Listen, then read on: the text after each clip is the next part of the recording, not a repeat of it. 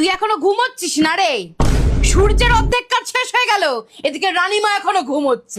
Good morning মা। থাক, আমাকে আর গুড মর্নিং বলতে হবে না। ঘুমানোর যদি একটা অলিম্পিক হতো না রে, তুই নির্ঘাত আমাকে একটা গোল্ড মেডেল এনে আমাকে একটু গর্ববোধ করাতি। একটা মানুষ এত নোংরা হয়ে কি করে থাকতে পারে বলতো? একটা কুকুরও তো বসার আগে জায়গাটা পরিষ্কার করে বসে। পরে গুছিয়ে দেবো মা, যাও না। পরে গুছিয়ে দেবো, পরে করব, তোর এই পরেটা আর জীবনে কোনোদিন আসবে না রে। আমাকে আর বলিস না, একটা অলস নির্লজ্জ প্রাণী। আরে এই ফ্যানটা কবে লাগালে মা? আজ সকালেই।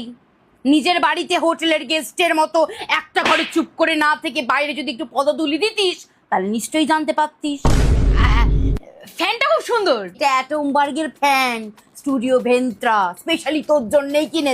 যেভাবে তুমি আমাদের টাকা ওড়াচ্ছ মনা, ভাবলাম এই ফ্যানটা অন্তত বছরে 1,500 টাকা মতো বিদ্যুতের বিল বাঁচাতে পারবে। ও মা, ফ্যানটা একটু অন করে দাও না।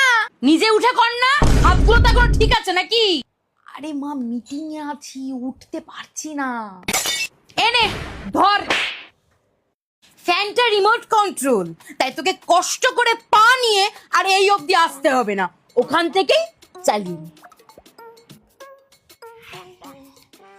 ও মামা, এক মুহূর্ত জীবনে শান্তি নেই। কি হয়েছে? বলছিলাম আমার ল্যাপটপের চার্জারটা পাশের ঘরে একটু